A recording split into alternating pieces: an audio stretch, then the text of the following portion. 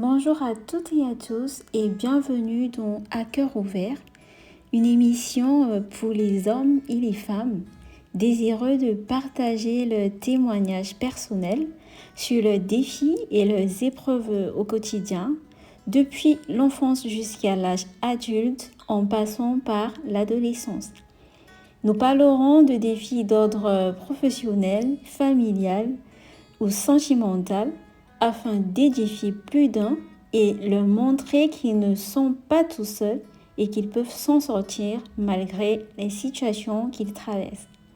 Et bien sûr, nous partageons tout cela à cœur ouvert. Bonjour à tous, je m'appelle Linda, j'ai 27 ans, je suis analyste quantitatif dans le secteur bancaire. J'ai rencontré le Seigneur depuis 2009, donc ça fait un bon moment déjà. Je l'ai rencontré également assez tôt et j'ai eu des hauts et des bas dans ma marche avec le Seigneur depuis cette période-là jusqu'à ce jour. Mais le Seigneur m'a toujours montré son amour, sa fidélité, sa présence. Donc le témoignage que je veux partager avec vous aujourd'hui est une histoire qui a particulièrement marqué ma marche avec le Seigneur et qui continue aujourd'hui d'avoir un impact sur ma marche avec le Seigneur. Parce qu'aujourd'hui, quand je me rappelle de cette histoire et que je me rappelle de ce que le Seigneur a fait pour moi, je m'assois et je me dis, le Seigneur est fidèle. S'il l'a fait pour moi dans le passé, ce que je traverse aujourd'hui, il montrera toujours sa fidélité. Donc, c'est quelque chose qui m'a vraiment beaucoup marqué et ça continue vraiment de m'encourager aujourd'hui dans les défis que je peux rencontrer au quotidien. Donc, c'est une histoire que j'ai l'habitude de raconter à des personnes autour de moi. Et aujourd'hui, vraiment, j'aimerais faire entendre cette histoire au plus grand nombre. Et j'espère vraiment que cela sera une source d'encouragement pour beaucoup de personnes. Donc, le témoignage que je vais partager avec vous porte sur mon parcours scolaire, tout simplement. Donc, j'ai rencontré le Seigneur en 2009. Je suis née en 1996, donc j'ai rencontré le Seigneur très tôt. J'ai eu mon bac en 2012. J'ai eu également mon bac tôt. Je l'ai eu à 16 ans. Donc, de la maternelle jusqu'en terminale, j'étais plutôt ce qu'on peut dire brillante. Oui, j'étais plutôt, on peut dire, brillante. Donc, je n'ai pas eu trop de difficultés à l'école. Et j'ai obtenu un bac C avec la mention assez bien. Donc, voilà. Et après mon bac, en classe de terminale, en général, il y a la question des concours. Il y a souvent des étudiants qui viennent dans les écoles présenter leur parcours, leurs universités, ce qu'ils font. Ils nous présentent ce qu'on peut faire après le bac. Et en terminale, c'est en général, du moins dans l'école où j'étais, j'ai fait le lycée Leclerc. On avait les gens de Polytech qui étaient venus. Et en terminale, tout le monde veut faire Polytech. Moi aussi, je voulais faire Polytech. Je ne sais pas pourquoi je voulais faire Polytech, mais je voulais faire Polytech tout simplement parce que c'est une grande école. J'avais pas forcément le métier que je voulais faire en tête, mais je voulais faire Polytech parce que c'est une école. C'est une grande école. C'est l'école où les majors entrent en fait. Pardon. Donc, et comment est-ce que j'ai raisonné? Je me disais, jusqu'ici, je n'ai pas vraiment échoué. Et même en classe, quand c'était difficile et qu'il y avait juste quelques personnes qui avaient la moyenne, j'étais parmi. Donc, je ne vois pas pourquoi est-ce que je vais échouer Polytechnique. Et en plus, je me disais, à Polytech, on prend 300 personnes. On ne peut pas compter de 1 jusqu'à 300 sans me prendre. Voilà vraiment comment je raisonnais. Je raisonnais vraiment naïvement. J'avais l'impression que les choses allaient marché naturellement pour moi. Je ne sais pas, je n'avais pas encore eu à faire face à une grosse difficulté, à un gros challenge autant pour moi. Donc, je n'envisageais pas un échec. Pour moi, c'était pas une possibilité. Donc, j'ai le bac. Je commence à faire des cours de préparation pour le concours de Polytech comme tout le monde. Déjà pendant les cours de préparation, je rencontre des gens vraiment brillants, des gens qui des gens qui travaillent vraiment beaucoup et tout.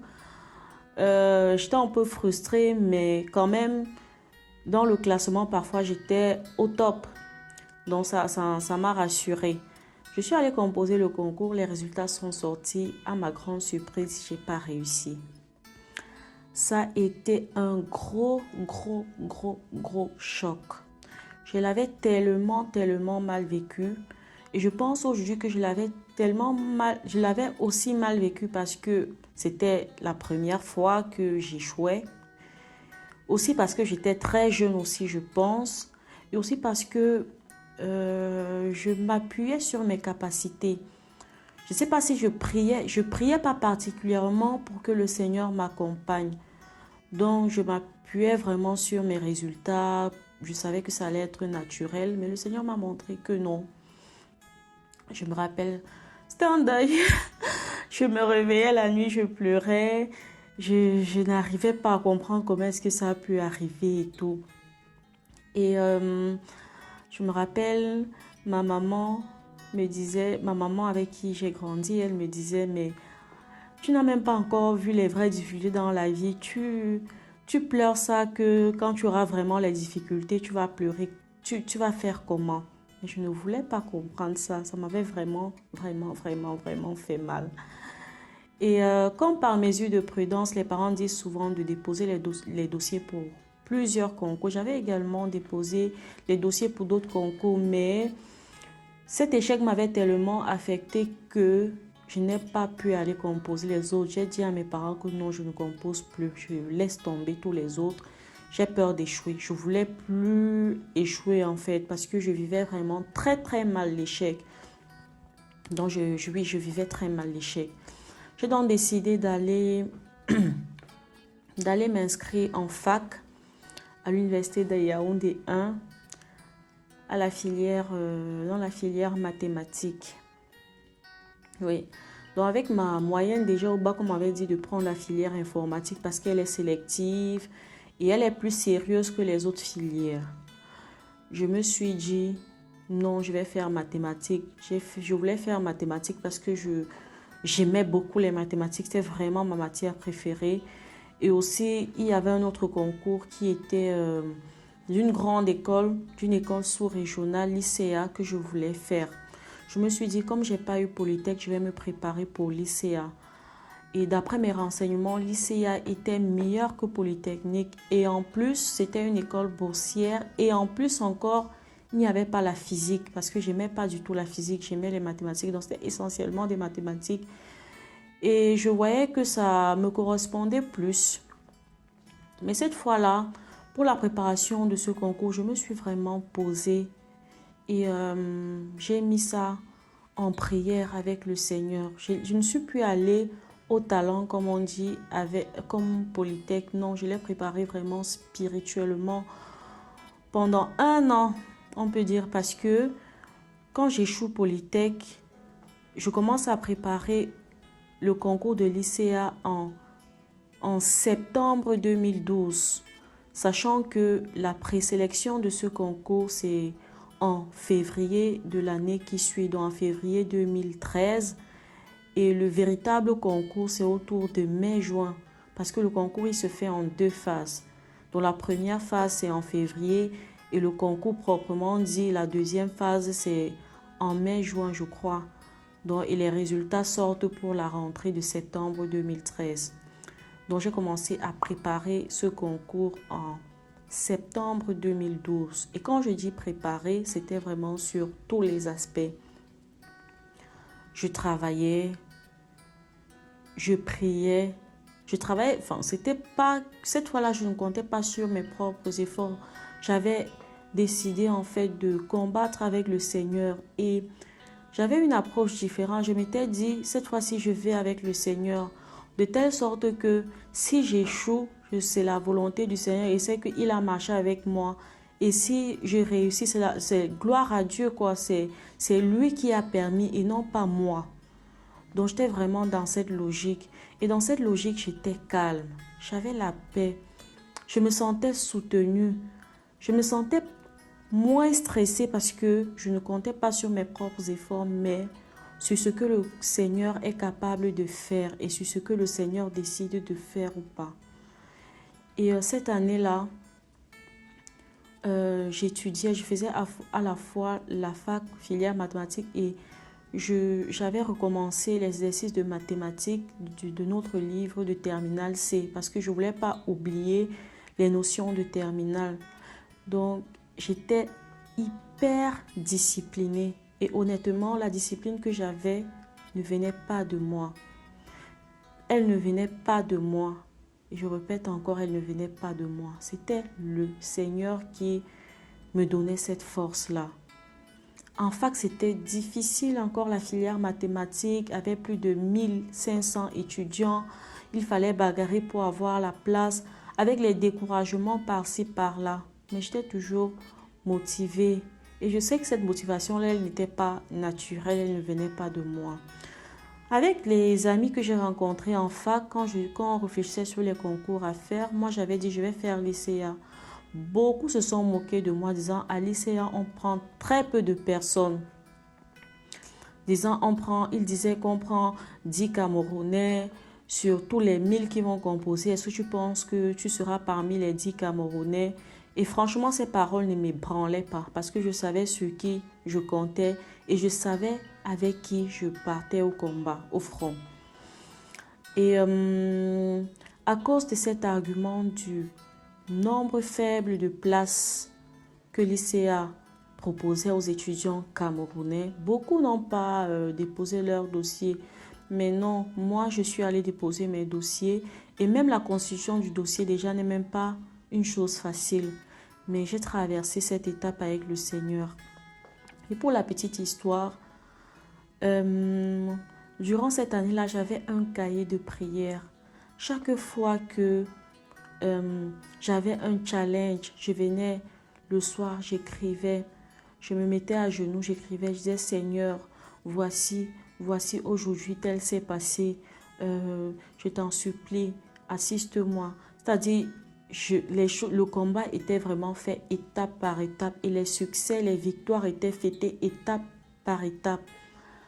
Donc, peut-être pour illustrer ce que je dis, lorsque je devais composer le concours, la présélection du concours, la date de cette présélection était tombée le même jour que les examens en fac. Et pour les examens en fac, si tu étais absent, tu devais reprendre l'année.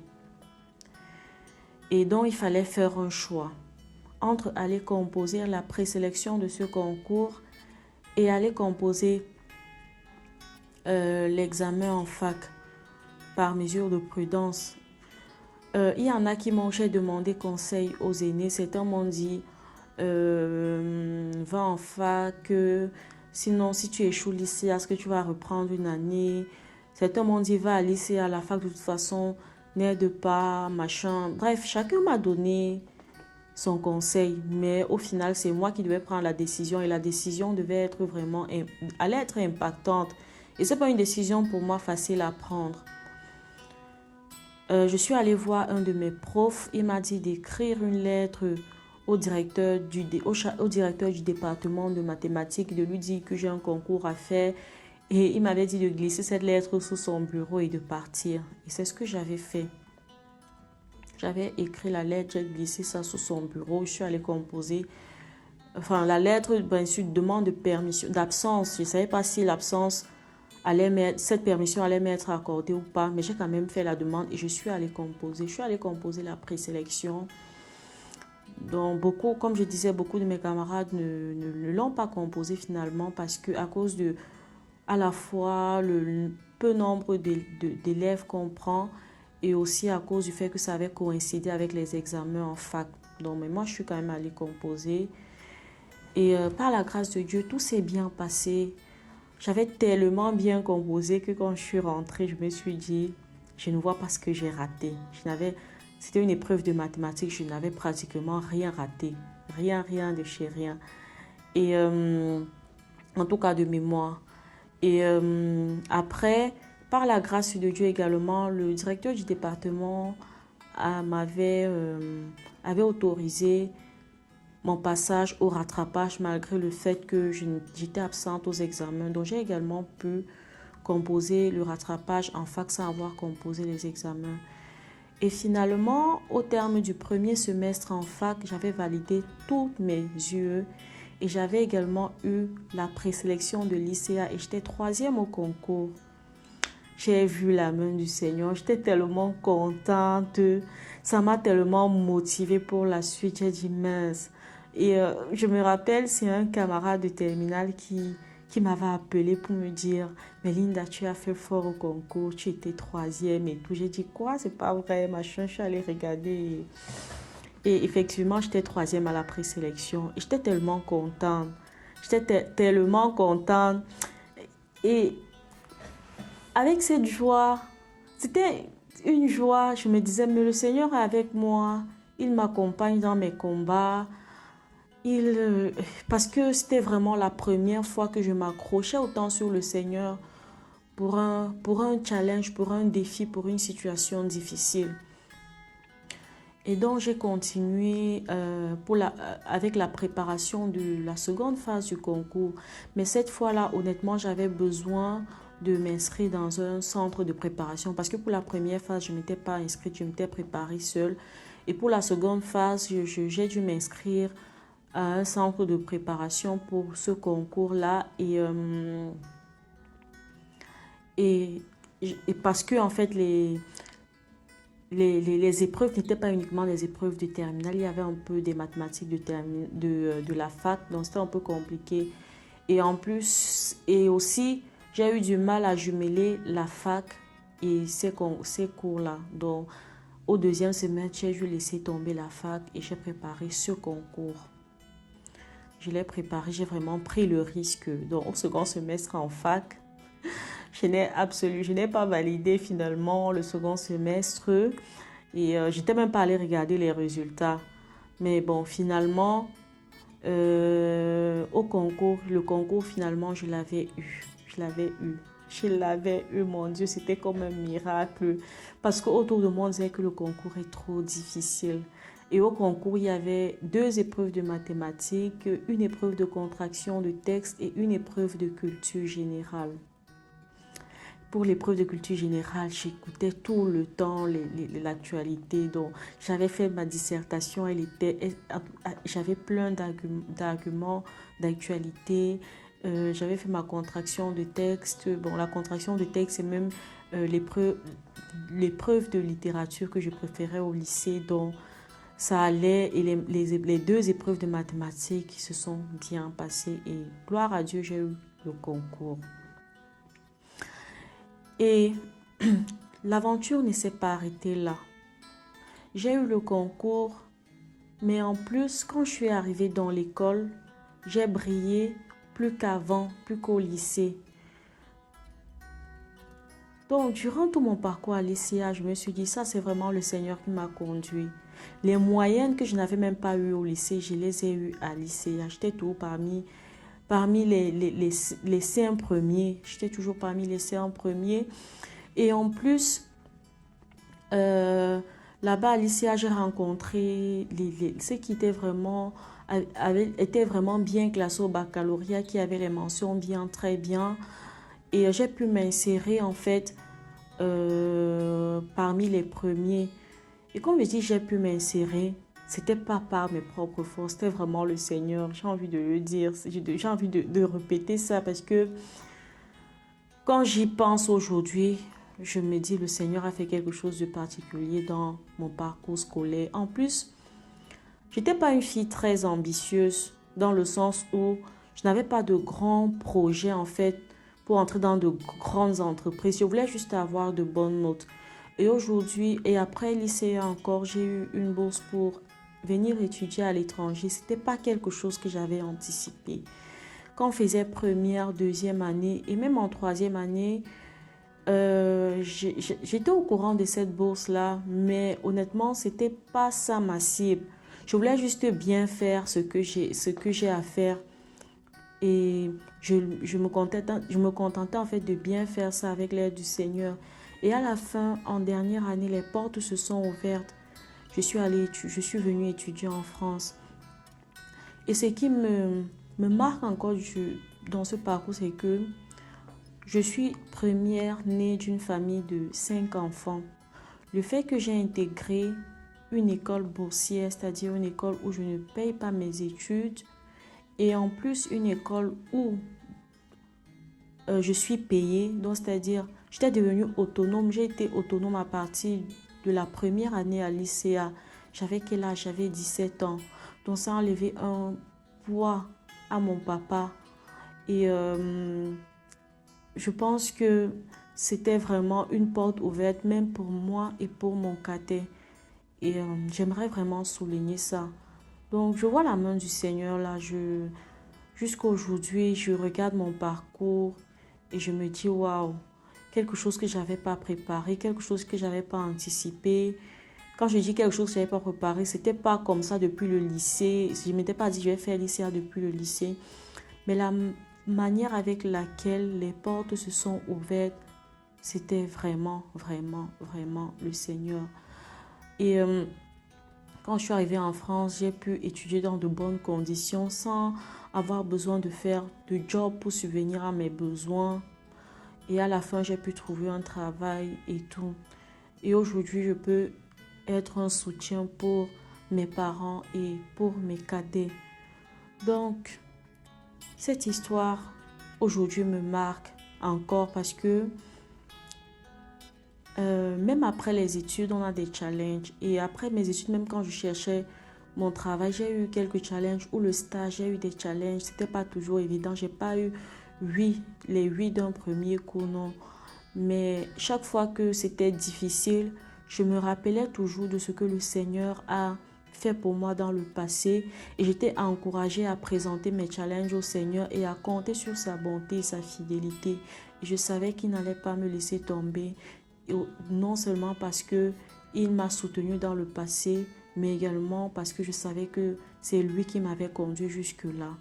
Donc le Seigneur est bon, le Seigneur est merveilleux et il est capable en fait de nous assister sur tous les plans de notre vie, sur tous les plans, tous les plans. Dans ma marche avec le Seigneur, je me dis toujours, tout, en fait, tous les aspects de ma vie doivent être au pied du Seigneur. Je dois pas confier une partie de ma vie, de mes projets ou de ma vie au Seigneur et en laisser d'autres. Mes projets de famille, l'éducation de mes enfants, mes projets de travail, mon service à l'église, tout, ça doit être pour la gloire de Dieu.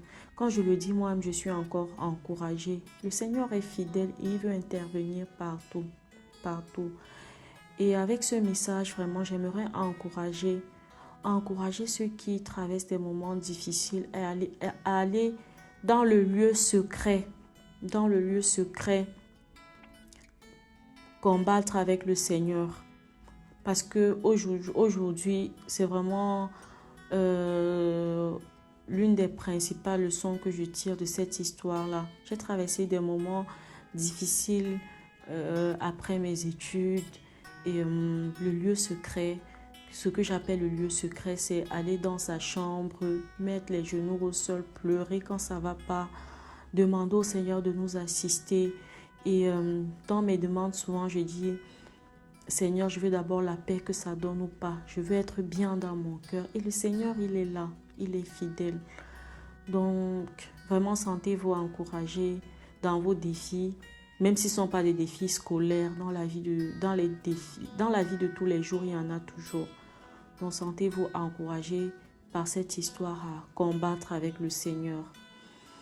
Donc, et à la fin de ce témoignage, j'aimerais partager un texte en fait qui m'avait beaucoup soutenu pendant cette période-là. Je ne l'ai pas oublié jusqu'à aujourd'hui. C'est le texte, c'est le verset de Jean 15, verset 7.